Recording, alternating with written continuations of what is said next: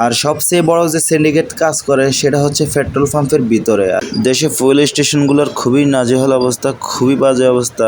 তো আমরা যারা বাইকার আছি তারা আসলে ফুয়েল স্টেশনগুলোতে ঘন্টার পর ঘন্টা সিরিয়ালে থেকেও আমরা ফুয়েল পাচ্ছি না। কিন্তু এর ভিতরেও হয় কি, আমাদের বাইকার ভাইদের ভিতরেও কিছু কুচক্র লোক আছে আর কি, অসৎ লোক বলি যেটাকে।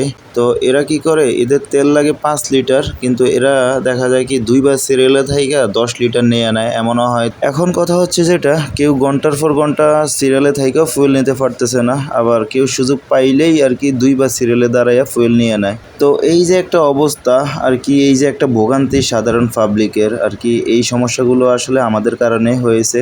এখন আবার অনেকে আইসা বলবেন যে ভাই, ফুয়েল সংকট যেটা সেটা তো হচ্ছে যুদ্ধের কারণে। তো ভাই আমি তাদের উদ্দেশ্যেই বলতেছি, যুদ্ধের কারণে যে সংকটটা ছিল সেই সংকটটাকে আমরা আসলে বাইকার যারা আছি তাদের ভিতরে কিছু অসৎ লোক ছিল, তো এই অসৎ লোকগুলা আর কি এই সংকটটাকে আরো 3 গুণ হারে বাড়িয়ে দিয়েছে।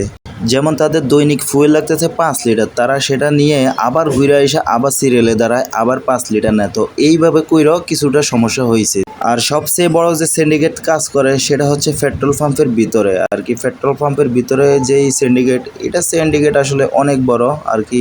এটা নিয়ে কথা বলতে হলে আরো অনেক কিছু বলতে হবে, তো আমি আসলে সেদিকে নাই যাই।